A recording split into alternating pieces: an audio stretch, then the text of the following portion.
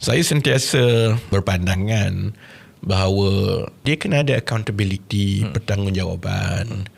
Kadang-kadang ada dogma atau ada pemikiran ataupun aliran dalam masyarakat kita ni.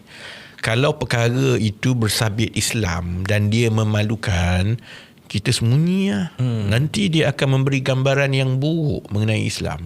Saya tak setuju. Dia sebenarnya, dia seolah-olah kita bagi gambaran kalau yang mengendalikan itu ialah orang tokoh agamawan, maka mereka terlepas daripada accountability. Dia buat salah pun tak apa, sleeping on the job pun tak apa. Jadi macam mana kita nak memastikan di masa akan datang bahawa orang yang memegang amanah mengenai kewangan Islam, kepatuhan kepada syariah, Islamic financing ni betul-betul dia teliti dan dia takut sangat tentang amanah yang dia pegang tu. Kerana kalau berlaku beberapa kali macam ini, then you tak perlukan orang bukan Islam memperlekehkan Islam lah.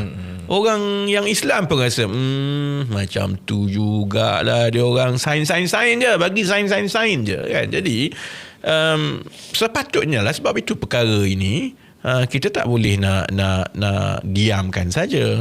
Orang tak puas hati lah sebab saya sebut kan, sebab saya tengok tak ada orang sebut pasal jawatankuasa penasihat syariah, bukan syariat.